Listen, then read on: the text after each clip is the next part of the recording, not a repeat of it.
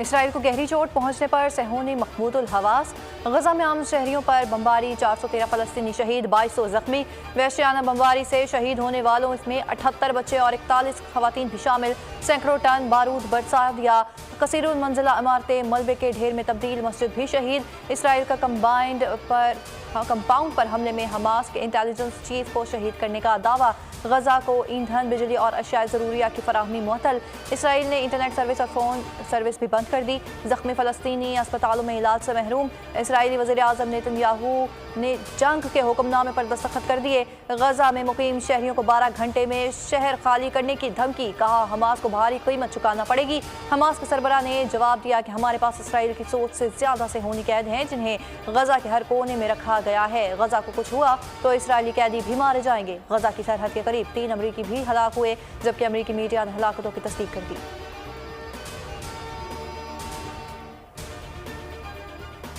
Al-Quds की आज़ादी के लिए हमास के जाबाजों का ऑपरेशन तूफान अल-अक्सा का दूसरा रोज़। फ़लस्तीनी मुजाहिदीन की इसराइल पर चढ़ाई। इसराइल के जनूबी शहरों पर मिज़ाइली हमले। तेल अबीब में सायरन बज उठे। ताज़ा कार्रवाई में गजा से 1500 से ज़ायद रॉकेट फायर किए गए। फ़लस्तीनी मुजाहिदीन ने सहूनी फ़ौजियों को नाकुचने चबवा दिए, जबकि इसराइली कमांडर समेत 700 से ज़ायद सहूनी मारे गए। 2000 जख्मी। हमास ने इसराइली फ़ौज का कर्नल अंजाम को पहुँचाया। गजा की पट्टी के करीब हमास का कंट्रोल। सहूनी फ़ौज की गाड़ियों और टैंक कब्जे में ले लिए गए। तेल अबीब में 150 रॉकेट दागे गए। मजमूई तौर पर 8500 रॉकेट दागे गए। कई इमारतों को नुकसान पहुंचा। इसराइली तेल अबीब छोड़कर भागने लगे। तेल अबीब एयरपोर्ट इसराइलियों से भर गया। परवाजें मनसूख होने के बावजूद बैनुल-अक़वामी लाउंज मुसाफिरों से भर गया है, जबकि जनूबी इसराइल में 20 मकामात पर जंग जारी है। जाबाजों ने कई इलाकों से कब्जा छुड़ा लिया है। तेल का ज़ख़ीरा भी तबाह कर दिया गया। काबिज़ इसराइल को छठी का दूध याद दिलाने पर मुख्तलिफ ममालिक में जश्न। बरतानिया समेत दुनिया भर में इसराइल के खिलाफ मुजाहरे भी किए गए।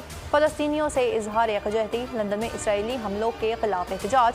कनाडा में शहरियों ने हमास के हमलों की तायद में रैली निकाली। ईरान में भी निहत्ते फ़लस्तीनियों से इजहार यकजहती। इसराइली हमलों की भरपूर मजम्मत। यमन में इसराइली जारहियत के खिलाफ बड़ी रैली निकाली गई। तुर्किया और मराकश में भी आवाम सड़कों पर निकल आए।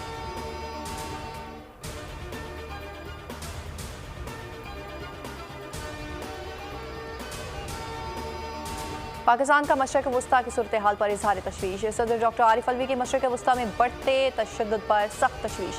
मज़ीद खूनरेज़ी रोकने के लिए ज़्यादा से ज़्यादा तहम्मुल का मुजाहरा करने पर जोर दिया।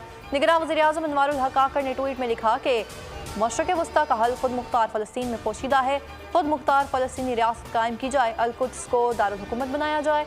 वज़ीर ख़ारजा जलील अब्बास कहते हैं कि पाकिस्तान फ़लस्तीनियों के साथ खड़ा है। काबिज़ इसराइली फ़ौज फौरी जबर बंद करे। ट्वीट में लिखा कि खुद मुख्तार रियासत फ़लस्तीन का क़याम ज़रूरी है। आलमी बरादरी तनाज़ात के ख़ात्मे के लिए इक़दाम करे। देर पामने के लिए फौरी मुदाखलत करे।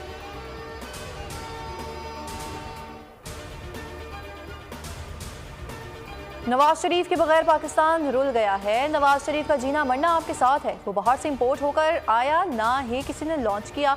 मरियम नवाज का लाहौर में जलसा आम से खिताब। कहा नवाज शरीफ के बगैर पाकिस्तान रुल गया है। मुल्क पर 4 साल जोकर की हुकूमत रही जो हर एक को गालियां देता था। शेर को मिटाने वाले कई आए, लेकिन शेर अपनी जगह पर खड़ा रहा।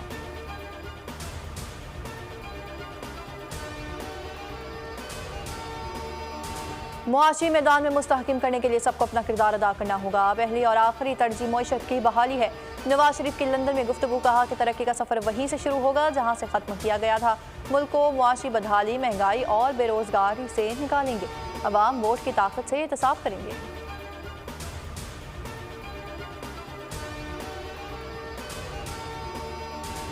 नवाज शरीफ के साथ आइन और कानून के मुताबिक सलूक होगा। वो 3 बार मुल्क के वज़ीर आज़म बन चुके हैं। वज़ीर इत्तलाफ़ मुर्तज़ा सोलंकी कहते हैं नवाज शरीफ अदालतों और हुकूमत की इजाज़त से बाहर गए थे।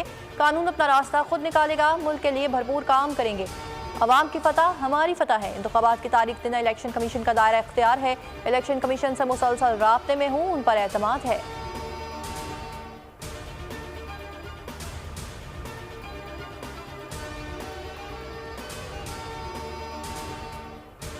हमारा जीना और मरना पाकिस्तान में है। ये मुल्क दीन के नाम पर बना है, ज़बान के नाम पर नहीं। हम किसी से कम नहीं हैं। खालिद मकबूल सिद्दीकी कहते हैं, पाकिस्तान बंदूक के जोर पर नहीं, वोट के जरिए बना। MQM अवाम के साथ मुसलसल राब्ते में है।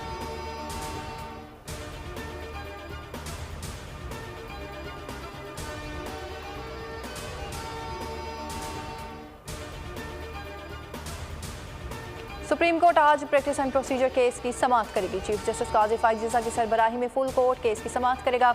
सुप्रीम कोर्ट बार के सदर आबिद जुबैरी और दीगर दरख्वास्त गुजार दलाइल देंगे। नून लीग और काफ लीग समेत दीगर सियासी जमातों के वकील भी अपना मौक़िफ़ पेश करेंगे।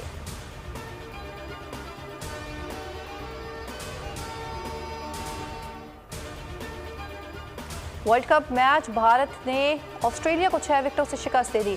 चेन्नई में खेले गए मैच में ऑस्ट्रेलिया की पूरी टीमें 199 रन बनाकर आउट हुई। कोहली 85, KL राहुल 97 रन बनाकर नुमाया रहे। Steve Smith 45, David Warner 41 run बनाकर नुमाया रहे। आज न्यूजीलैंड और नीदरलैंड मद्दे मुकाबिल होंगे। मैच पाकिस्तानी वक्त के मुताबिक 1:30 बजे शुरू होगा।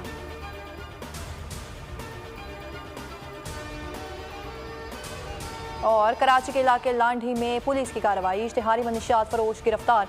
मुलजिम आरिफ 10 मुकदमात में मतलूब था। 3 हट्टी मार्टन क्वार्टर्स के करीब फायरिंग से असलम नामी शख्स जख्मी। किशन जना कॉलोनी में भी शादी की तकरीब में फायरिंग से बच्चा जख्मी हो गया, जबकि कुरंगी और PIB कॉलोनी में भी फायरिंग वाकयात में 2 अफराद जख्मी हो गए।